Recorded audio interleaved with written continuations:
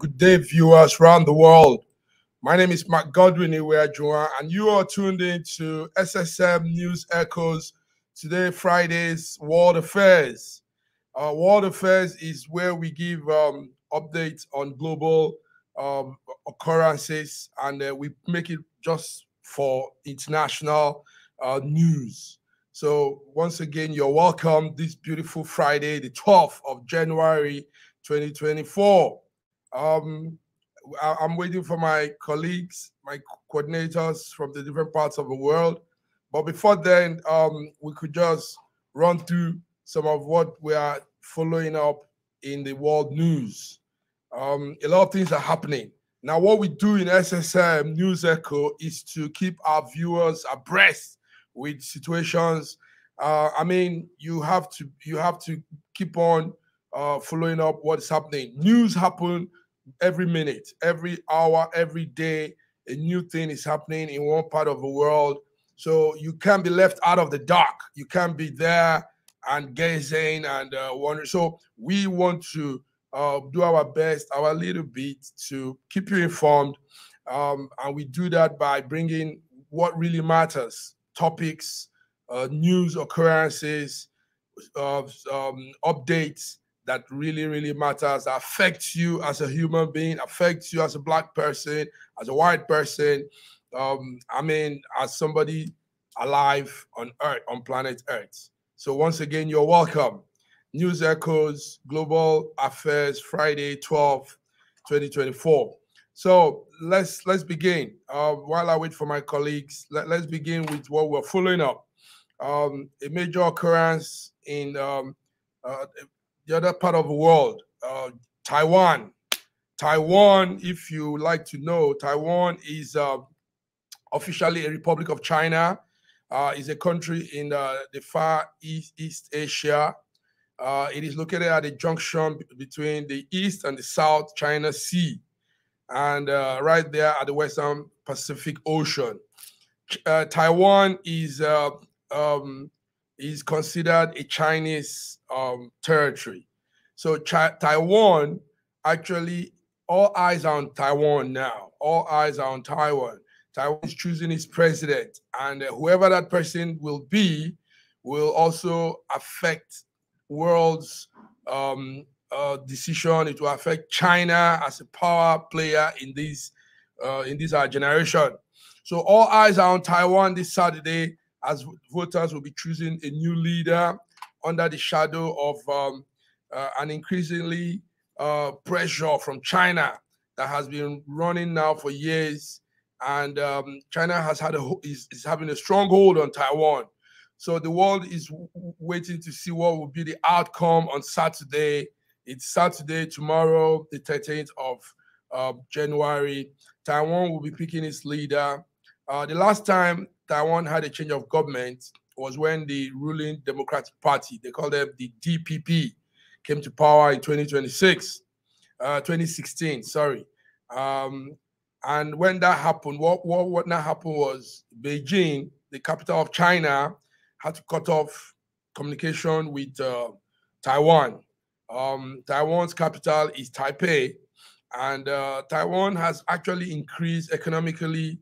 Taiwan has increased in so many angles. It has increased in its GDP. So now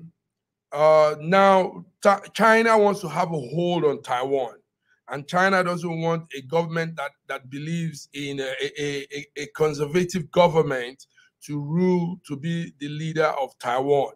So when that party, the Democratic Progressive Party, came in, China also cut some ties with Taiwan, and we were seeing some strange things. But however, the whole situation was brought to control. So Taiwan is choosing its leader on Saturday, tomorrow, and it affects the world. It affects me and you. It affects a lot of things. You know why? Because Taiwan also has a lot of things coming from there. A lot of companies, a lot of big firms are located there, and some of the goods that you use, some of the items that we use in our daily lives come from Taiwan. Taiwan is a producer of so many things. So having a hold on Taiwan matters to China. Also, what we're following with this situation is we are looking at long-term projects, long-term plans, as the Chinese Communist leader says that part of Taiwan will become theirs. They want to control Taiwan, Taipei. They want to have a hold on Taiwan. So this is what we're following. Tomorrow is Taiwan's election. It's going to be an election where all eyes will be on in that small country. There are some choice. There are some people's favorites, and there is also the Chinese government's favorite. Somebody they want him to win, and there's somebody the Taiwanese wants to lead, wants him to win. So it's a little bit of conflict out there, and we hope that it doesn't result to war or anything, military pressure from China. It doesn't result to also increase in the economic pressure, and this just settles well once and for all. So Taiwan is on the flashpoint. Taiwan is having its election tomorrow. Taiwan is that small, vibrant country in Asia, and we are watching Taiwan. We are watching Taiwan. So, viewers, it's good to get abreast with what is going on. Also, the most important integral thing going on now all in the world is the UK-US launch strike against the Houthi rebels in Yemen. Let's just give a synopsis to what all this is. Remember that these Houthi rebels are a group of militants. And what has been happening is these Houthi rebels are being supported by Iran. Iran supports these rebels. They send them aids. They give them things to fight. Now, in this group in 2014, escalated a war between, they started with Saudi Arabia. You see, because Iran and Saudi Arabia had some conflict, Houthi rebel were the means by which they were also striking Saudi Arabia. So Iran provides these rebels with weapons, technology. In fact, they recently provided them with some high-tech weapons of war. And these people are very good on sea. They are seamen. They know how to manipulate vessels, how to stop vessels, and they know how to use drones and all these things they use for their strategic attack. So anyway, bringing it to this our time, fast forward to this time, these Houthi rebels have been like, they've been like in solidarity with Palestinians, with the Hamas rebel group too. So what they are doing is blocking that part of the sea, that part of the Mediterranean Sea that takes goods from one point of the world to the other side, to that Middle East, going back all the way to Asia and all that. So there's a sea path that vessels pass through.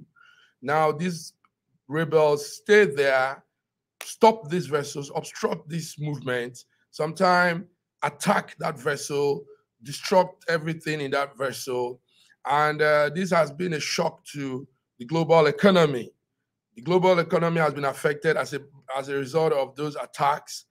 And big ships, all companies had to suspend their movement to that part of the world because of the attack going on by that corner of the straits. That's between the seaport between Egypt and going into Israel. So it was affecting the global economy.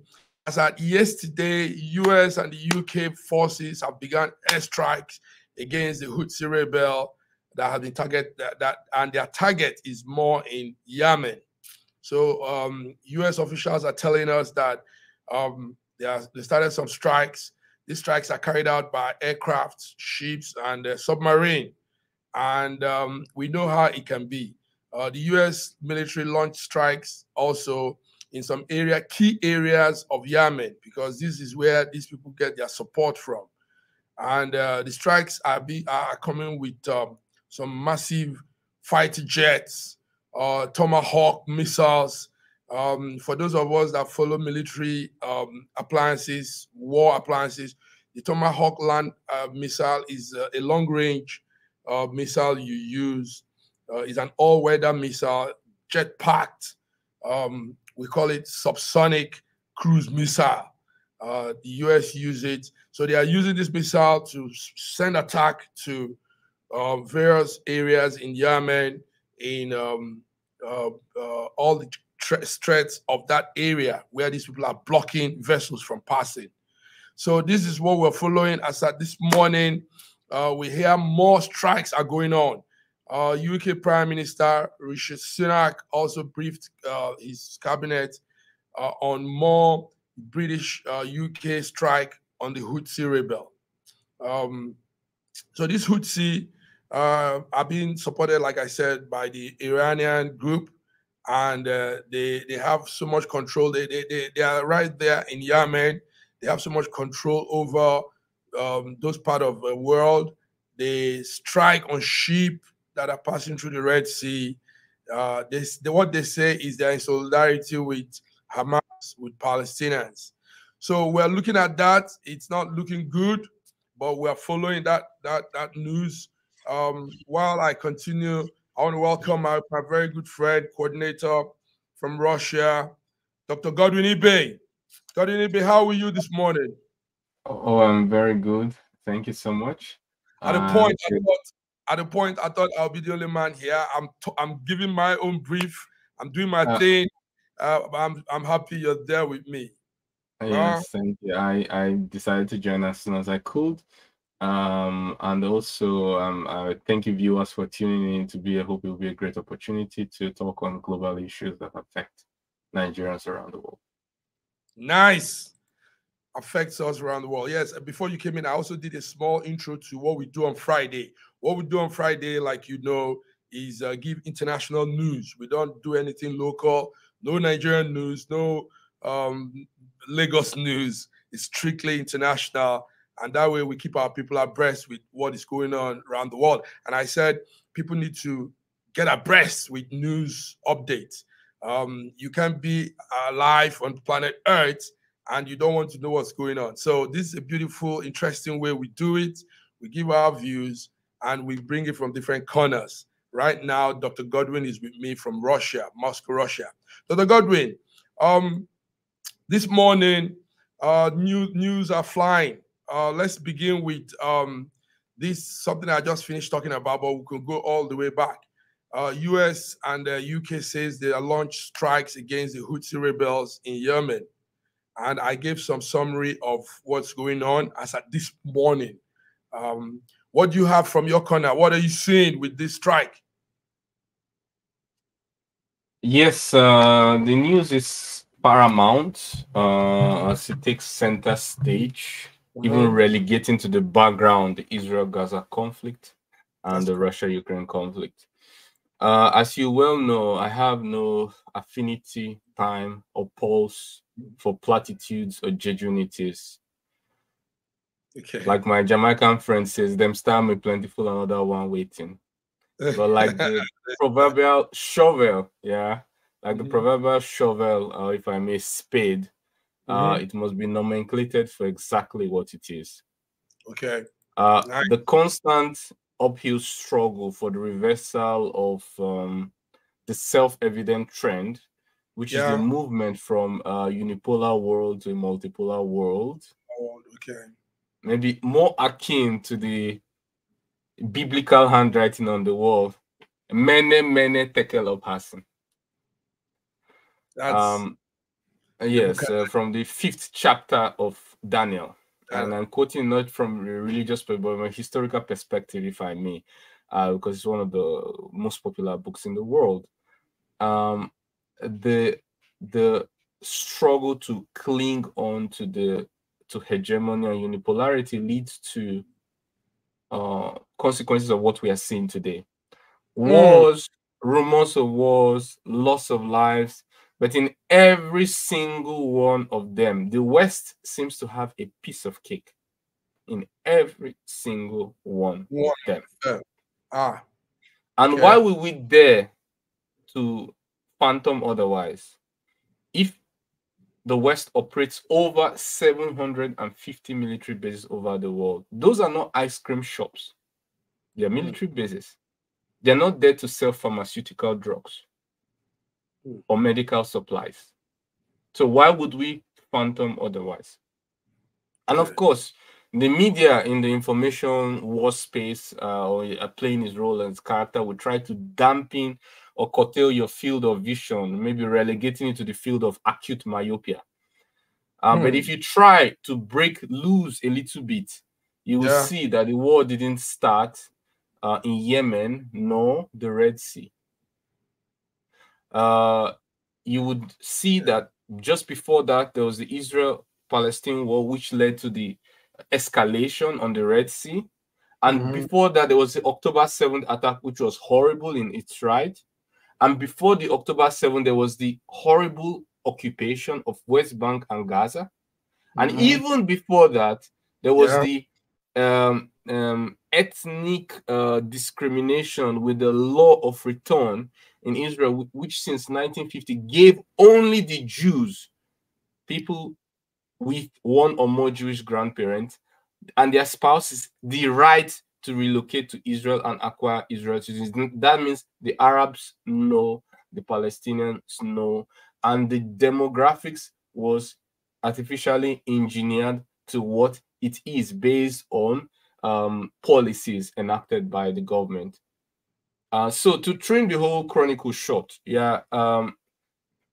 can trace the wars to hegemony, greed, struggle, and we need to stop creating more excuses for war and return to diplomacy, respect for sovereignty and interests of other countries, even and especially if they are not friends of Al Capone. you know what you just did? Took me off the radio.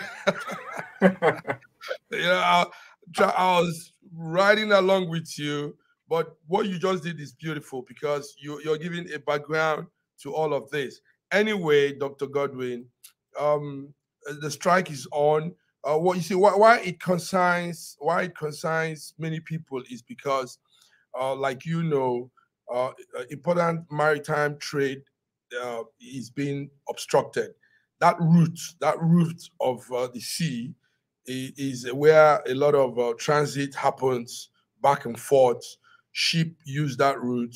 Now these Yemen, Iran-backed Houthi rebels strike on ships in that route, and they say yes, like you said, what they are standing on is they are in solidarity with Hamas and Palestinians against Israel. So, but why it concerns America now, why it concerns UK is because it affects the global trade. No, exactly no. False. Let me correct that. Let me correct that. You see, let me correct that. Let me correct that because like I said, I have no affinity for this, stories cooked up. The truth is that they are not while they're affecting world trade, it's disproportionate. They're affecting mostly Western trade, mostly Israeli ships, and the cost of insurance or doing trade with them. In fact, most commercial ships before this moment have stopped passing through the Red Sea to do business with Israel. They had to go around, significantly increasing the cost of transport and the cost of insurance for trade with Israel. And in second place, Western trade. So do not drag the war to try to launder the crime. You escalated a crime, a genocidal-like crime that has killed over 20,000 people in Gaza. Over 50% of them are children, dependents who have nobody to survive on. after the death of the people they depend on for their daily bread, and in solidarity with the most of the Muslim world who are united for once against all expectation, are united against all usual, both Sunni and Shiite. Sunni and Shiite come together and say, this our problem with Muhammad and who is the here. Let us put it aside. These guys are doing rubbish. Okay. And for once, they escalate things. Obviously, we will come to the update on the Hamas-Israel war. But what we are looking at now is this strike that is going on. This morning, I saw a live coverage of the strikes with the Tomahawk vessels and these long-range missiles that was used on this. What will be the effect? What will be the effect on the people? What do you think? Yes, I think it might escalate. I think it might escalate more. But you got it right. Yeah, you got that right. Yes, but also what they are doing now, what America is doing. Like America started it up. The United Kingdom has joined. This morning, Rishi Sunak briefed his cabinet on what they are about to do, and he said they have to strike this. They are termed rebels, so that's what it is. Now, what will also happen is more European countries will join. France might join in that strike because this affects them too. I heard there's a big cargo company. Disproportionately. Disproportionately. Okay. We have not heard of Russian ships attacked. We have not heard of other countries attacked. Yeah. So let's call it. It's not global fight. It's your fight. No. You know, it is these people on this other end. Take note, the world is like two parts. So these people on this other end are being affected because goods have to move to that side, and goods have to also come back. Somehow everyone is affected. Somehow everyone is disproportionate. Okay. Let's go on, brother man. Let's go on. I like and it's good you're here with me. We're doing this, Godwin, because we know two opposites, and we bring it on, and viewers are listening. Viewers, you're tuned into our program, SSM News Echoes, today, Friday, World Affairs, and we're giving you strictly World Affairs occurrences as it's happening. Dr. Godwin, there's another one I said earlier, but we could just run through before we go on a break. Taiwan is choosing its president tomorrow. Taiwan, all eyes are on Taiwan. Taiwan is that country right there in the Middle East, East Asia. You know Taiwan. For the benefit of our viewers, it's that country that's in between the south and the east of China Sea. And Taiwan is considered a China territory, even though there's some resistance. Small but vibrant Asian democratic country, and the outcome of tomorrow's election matters because the Chinese Communist government is watching. It looks as if it's a democratic governance that will come in. That DPP party, and somehow that will affect the relationship between China and Taiwan. So they have their own choice, somebody that aligns with the communist style of Chinese. So Godwin, what do you have on Taiwan? Tomorrow is Taiwan's election. What's your take on that? My take on that is that, as we know, Taiwan it's a very important country. Important because it supplies most of the semiconductors, as Americans would say, semiconductors. To the world, and we depend on, especially the cutting edge and the latest nodes of fabrication process. And this is quite important for energy savings, increasing efficiency, and power per dollar, let me put it this way, or unit consumption of energy. And based on this, even the US does not have the ability to replace the supply from Taiwan. So it's a strategic asset to everybody, not just China, the US, and the world. And that's why there's a heavy investment from the West, not only as a tool to contain China, but also to guarantee supplies which are not yet, and I said yet, easily replaceable. Now, despite the propaganda of China attacking Taiwan and all of that, China prefers to the reunification of Taiwan and China by peaceful means. By far. Are you sure, Godwin? By far. That's China. First of all, I give you evidence for that. First of all, China has no experience of wars. China don't engage in wars. All the people who say China are going to fight, they are the ones who have been fighting since thy kingdom come.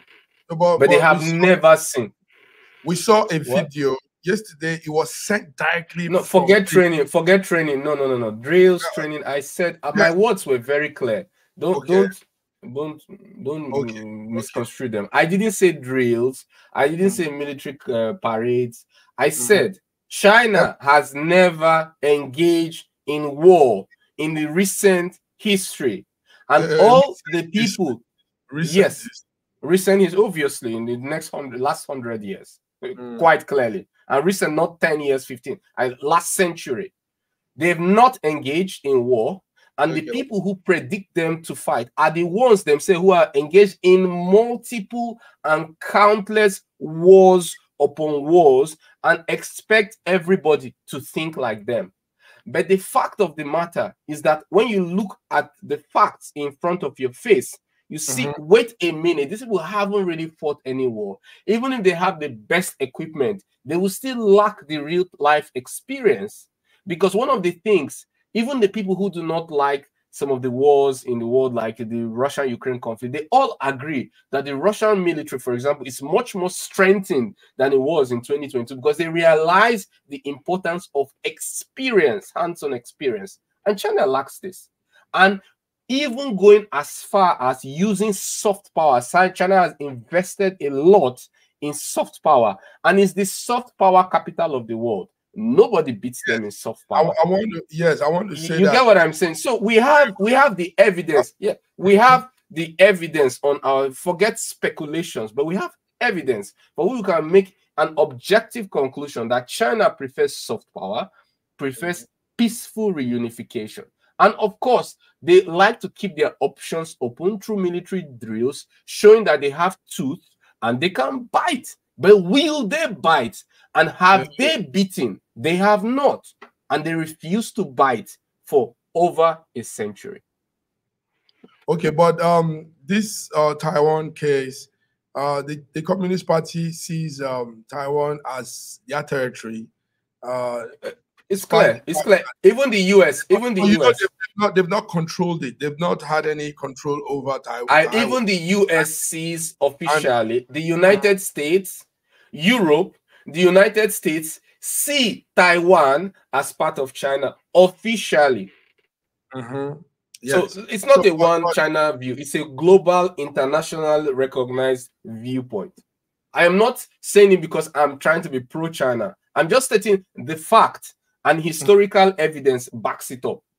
I'm not making speculations. I'm just making an objective deduction from what we already have on the ground.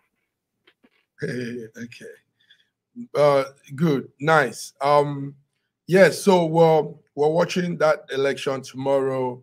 There are different parties like the DPP and the other ones that China loads. China doesn't want those ones to have anything to do in governance.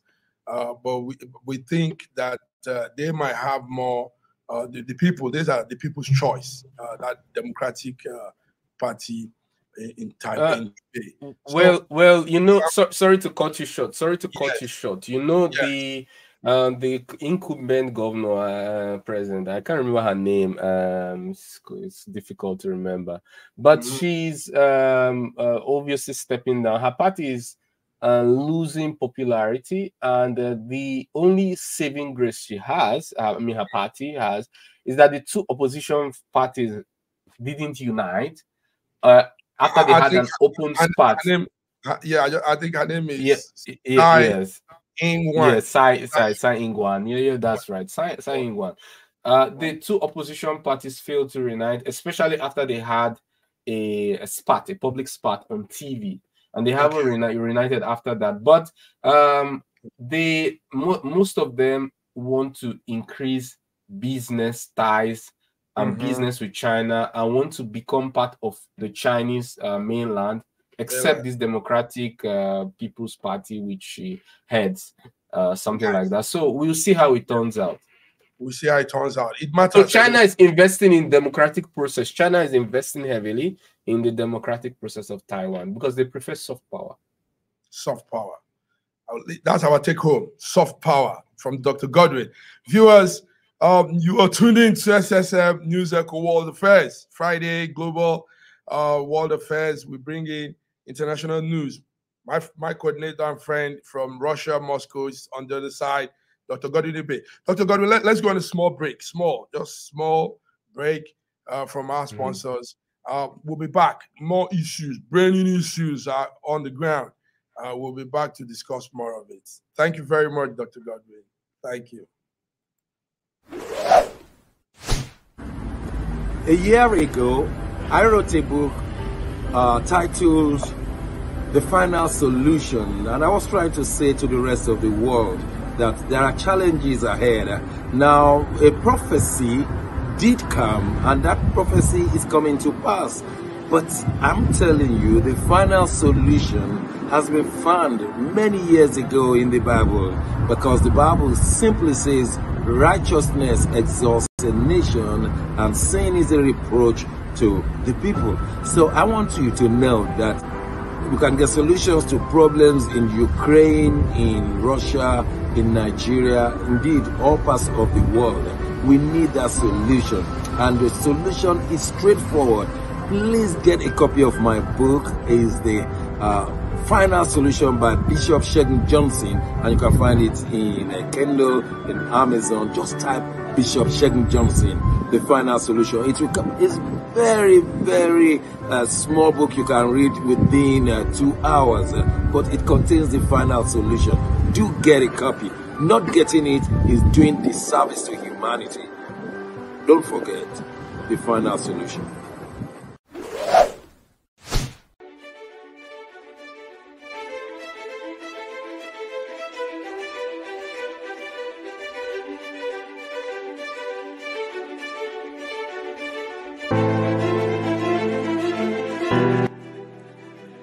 Hi there, I'm Mary Keurig, and I am a businesswoman in the United States, but I'm also the Global Content Vice President for the Sub-Saharan Open University in Nigeria.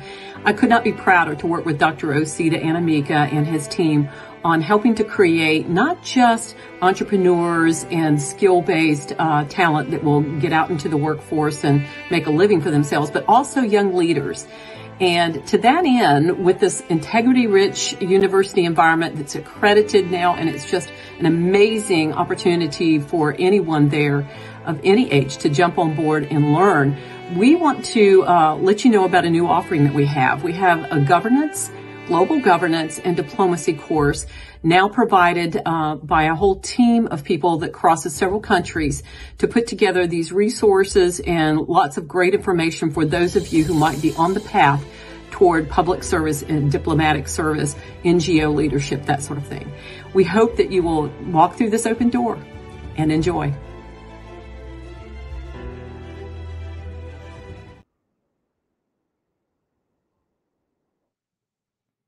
Viewers, we're back. We're back. Friday, the 12th of January, the 12th day in the new year of 2024.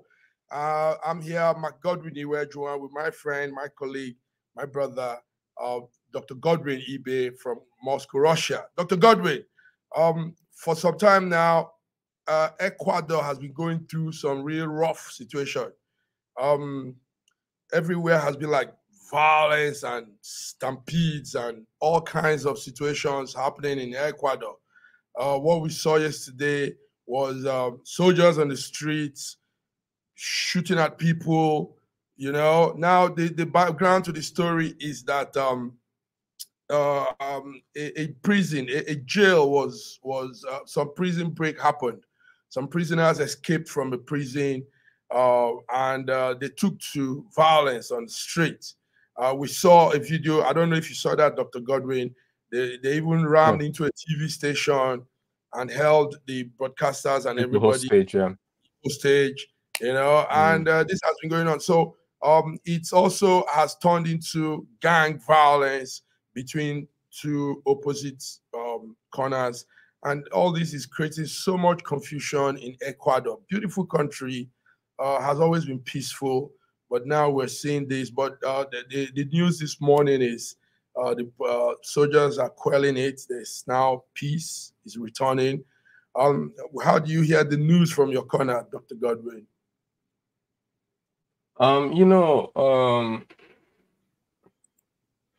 The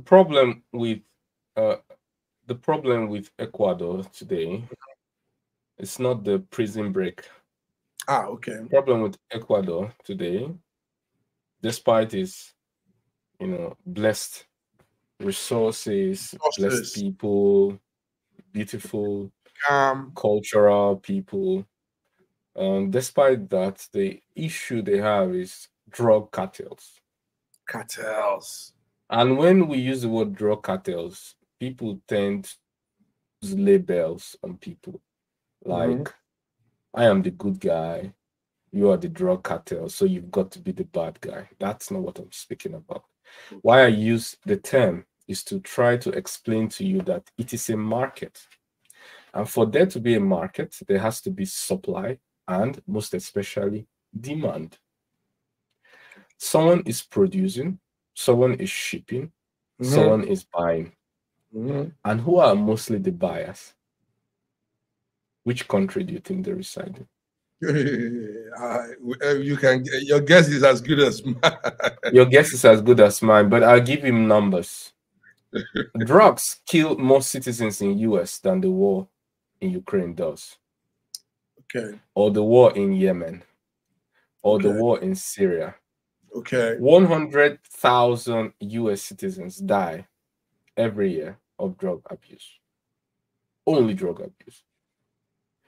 And it is clear that there's a drug problem all over the world, but most especially in the United States. And if you do not spend a lot of money to, first of all, stop people from using, not just educate them, rehabilitate them, give them an alternative, after rehabilitation, you continue to have this problem. And then it's more exacerbated when you have, instead of having 750 more rehabilitation centers, you have 750 more military bases. Instead of spending, allocating more budget from the Congress or from the government in closing your borders, your southern borders. And controlling the kind of immigration you have. As I hear, I don't like to speak about American politics because honestly, I believe the Americans are smart enough, are beautiful, wonderful enough to know what's best for them. That's correct. But as you ask me on air what the origin of this problem is, I cannot not hide. I cannot hide behind all these sweet words. And a lot more, instead of being engaged and being stretched in Yemen, stretched in Syria, stretched in Taiwan, stretched in this, maybe you can focus a little bit more on drugs and controlling of drugs, in remembering that whatever that goes wrong in Ecuador or Mexico will lead to migration back to you, instead of allowing those people to come to you and feed on your taxpayers' money, inconvenience the local residents. You can their life better over there by giving them something to do over there, rehabilitating them over there, and controlling your borders a little bit better so that you get in the people that will multiply, have a multiplying effect on your economy, will make the residents happy, and will not compete in everything, even in the lowest of skill of labor. And I think yes, you put that right. But yes, Ecuador is a sovereign country. They should make their own decision, control their borders, control their people, do everything to protect. Is it a sovereign country? Now you see, that's the point. That's the point. That's the point. That's the point. You see, we throw all these words around. Yeah, officially, you can call it a sovereign country, just like we'll call Nigeria a country of birth, a sovereign country. But we know that we residents of the land they live in do not have access to the resources that they live under. And they, especially people in the Niger Delta, they get pennies for the oil they sell. And is that sovereignty? Is that sovereignty when most of the benefactors are the Anglo-Saxons, even the Anglo-Saxons? Let's call it a spade a spade. The most benefactors are the Anglo-Saxons, especially the British. In fact, I remember just after during the colonialization, when US was called to intervene in the British protectorate of Nigeria. And the Americans said, then the Secretary of State said quite clear that we do not dabble into British affairs, right? These were their words there. So it's a long-term project, Sovereignty is not just having this title of sovereign, but it's about being able to control your resources, being able to have your say in global affairs, to be able to defend your national and strategic interests, even if your patron doesn't like it. And that is a sovereign country. That's a sovereign country. Okay. Thank you very much, Dr. Godwin. Dr. Godwin, that's it. These are your views. And you know, we've just recently had Guadio. Was it not Guadio? Was it not from Ecuador? Guadio, this guy that was contesting for president. Yes. Yes. Venezuela or Ecuador. Yeah. Yes. The president now is Nobio. Yes. We always had problems. Yeah, we always had problems there. So it's a you have to always get to the root of the problem. Now, if you quell the streets now, like they say things are returning back to normal and in Ecuador, have they quelled the drug problem? Those people who are those people who escaped from prison now, are they going to peradventure quit drug business? Peradventure. Is there a slight chance on earth or in heaven that they might reconsider not doing drugs? So what are we speaking about? Wasting our time to talk about it. There's a drug problem. They have to deal with it. And they have to close the drug trade and secure their borders. It's very simple. Close the drug Not trade. Simple in Thank you very much. Anyway, the president said soldiers are on the streets of several centers of Ecuador, and the country is coming back to normal. Yes, like you said, it's about the gangs and drug gang leaders, and this has also resulted in so many deaths, casualties, and so much. So, but the most important thing is peace is returning to Ecuador, and we wish that they be peaceful there, so they can live their lives. Godwin, thank you very much. Good one. Let's jump into the few minutes we have. Let's go into some business talk, some international business talk. First of all, this morning there was a sad news because I've been following the man for some time now. Al Gore is stepping down as Apple as one of the board of directors. Al Gore, you know Al Gore, one-time presidential candidate. Al Gore used to sit on the board of Apple, and while he was on the board, he made some very good decisions. He masterminded that there was a time they upgraded their product to a more the security of Apple became more tighter. You can't hackers can't really have access like that. So what I had that time, that was in 2015, was Al Gore came up with that plan to make Apple really, really, really tight, security tight from hackers penetrating and doing havoc.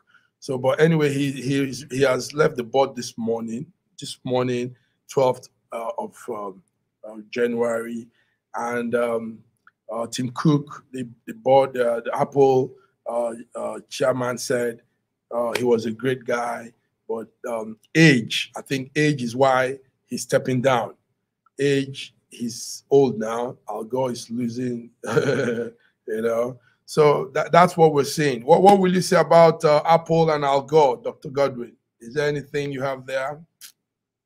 In a normal world, this should be news only for the investors. It's not by any chance important in other countries of the world, because it's a U.S. issue and internal domestic issue and limited to one company. But considering the fact that he's alive, he's not dead, no sickness was announced, it's just quitting a job. It's not something that should have prominence. Okay. But I wonder why it's making the headlines. I don't know. Yeah. It's making the headlines because well, you know, Apple has a large range of users. Yeah. And, it should be an Apple portal, not global. Well, it is a global thing because who sits on the board of some of these elite companies, affluent companies, matters. You know, they want to know who's there so that shareholders will understand where they're putting their money, who's behind policy making in those places. So that's why. Thank you for confirming my theory of globalization and lack of sovereignty. But I digress. Let's go on. Another major business news. I like to follow the aircraft activities. Airbus is getting more orders in 2023. Since 2023 till now, Airbus order has increased, while Boeing is falling. And Boeing added to Boeing demands reducing. Boeing had some problems lately. I don't know if you followed the story of the 737 MAX 9 that was flying, and the window, a door part, a compartment part just flew out, and the air was blowing. But thank God they were almost about to land, so it wasn't on high speed. This thing. Did you follow that? Did you see that? Did you hear about that? I heard about the news. But you know, I want to say that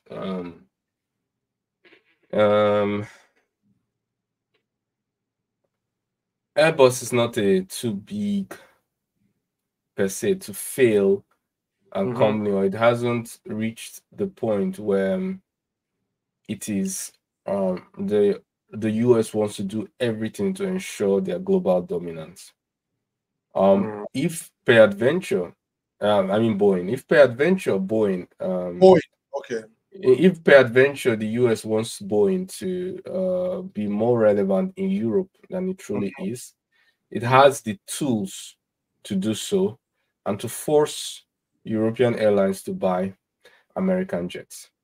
It's just they haven't decided to do that yet, and they're just allowing this competition. In any case, a good example is energy prices, how Germany was purchasing cheap energy prices, especially from Russia. That's helped it to be, in the first 5 places in the world and the giant of Europe in terms of industrialization. But since the conflict with Russia, it's buying its LNG at 30% premium, and it's falling from 5th place down. There are protests every day in Germany, in Berlin. The agricultural machinery all over line the streets, protesting every single day. And these are the consequences of taking actions that are not exactly in your own interest, just to suit the political elites. And I can assure you that there's no danger to Boeing in any way. Once it becomes important, that once the US wants to see Boeing in first place, it has the tools to make Europe allow Boeing to be in first place. Okay, that's anyway. Europe Airbus is getting more deals. Yes, Airbus, for our viewers listening, Godwin has said some nice things there. Viewers listening, Airbus is a European multinational aerospace aircraft company, and they do the Airbus. They have their specifications. They design also other aircraft, helicopters, defense, and space aircraft.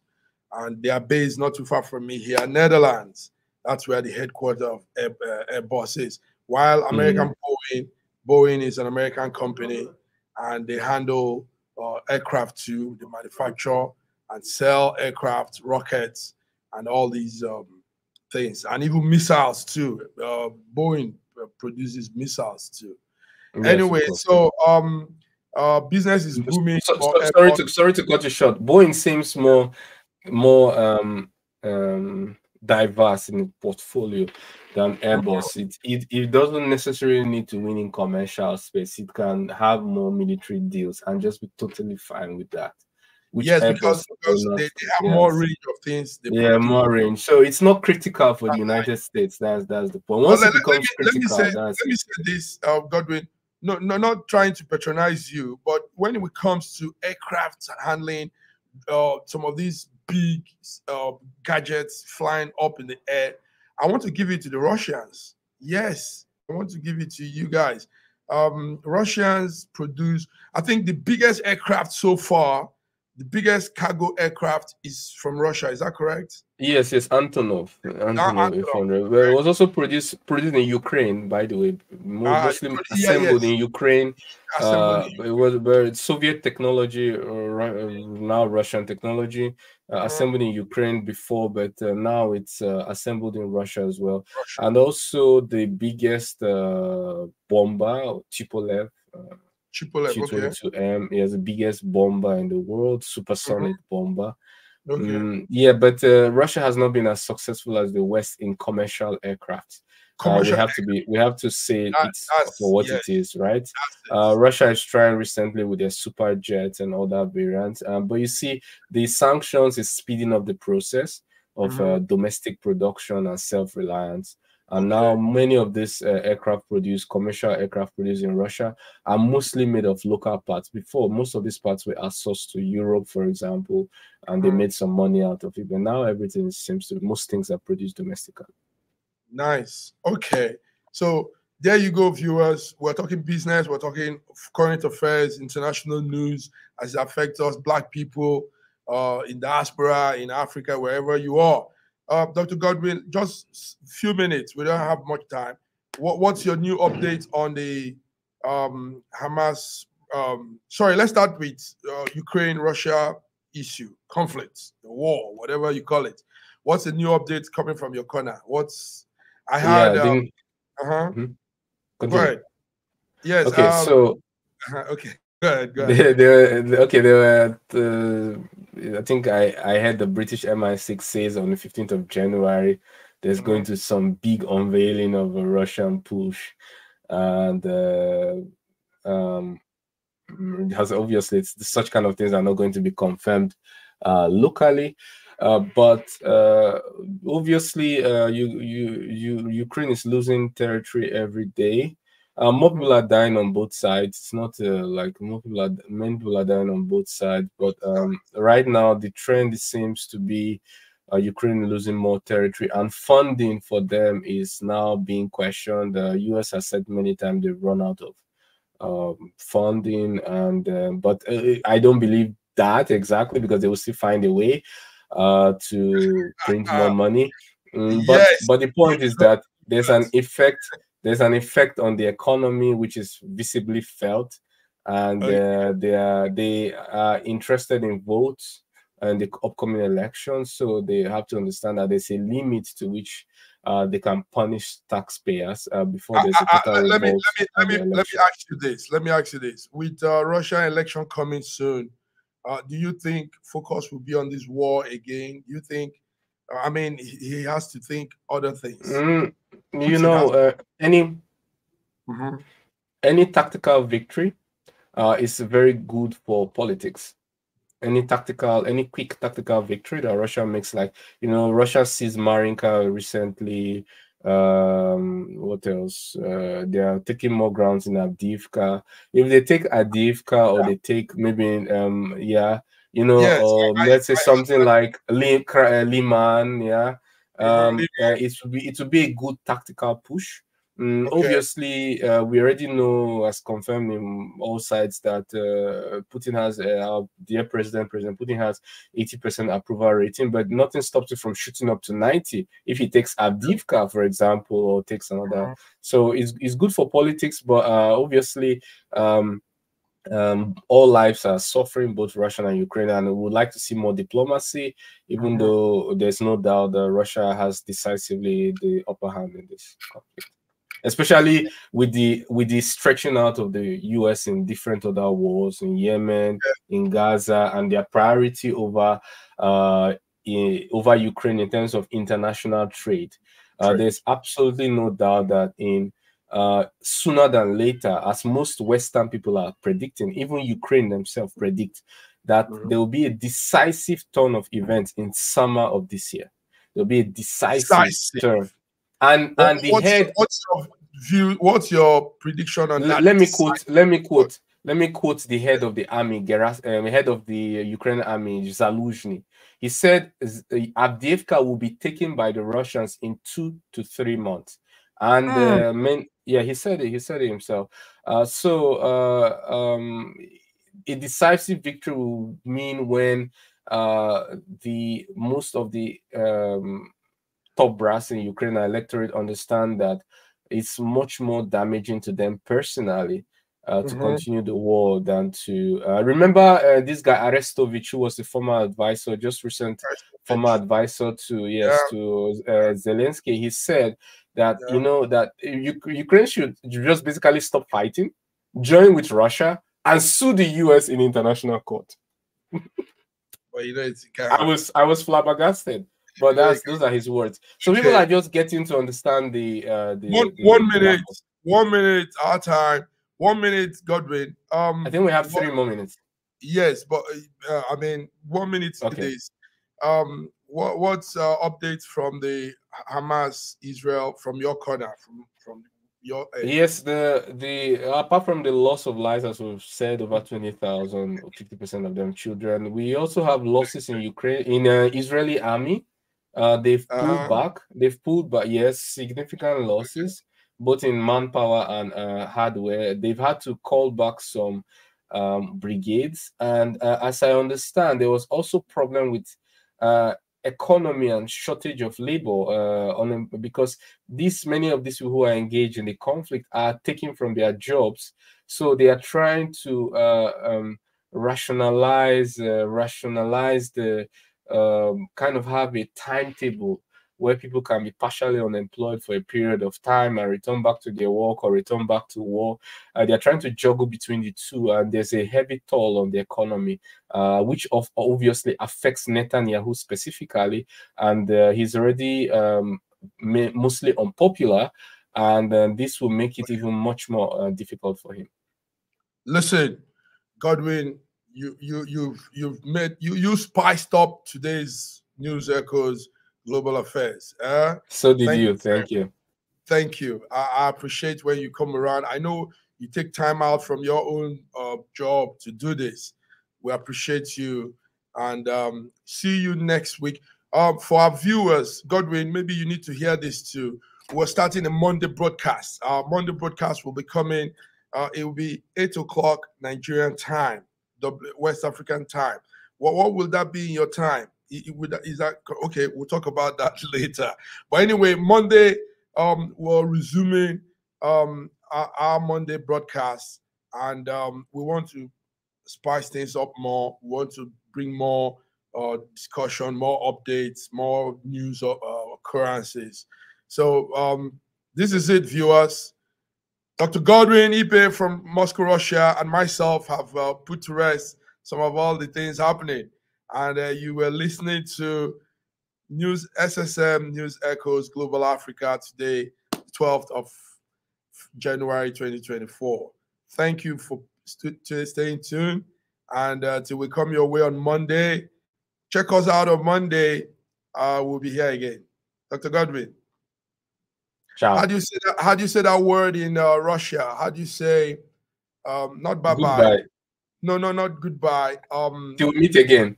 Till we meet again. How do you say that? До встречи. До встречи. До встречи. Thank you.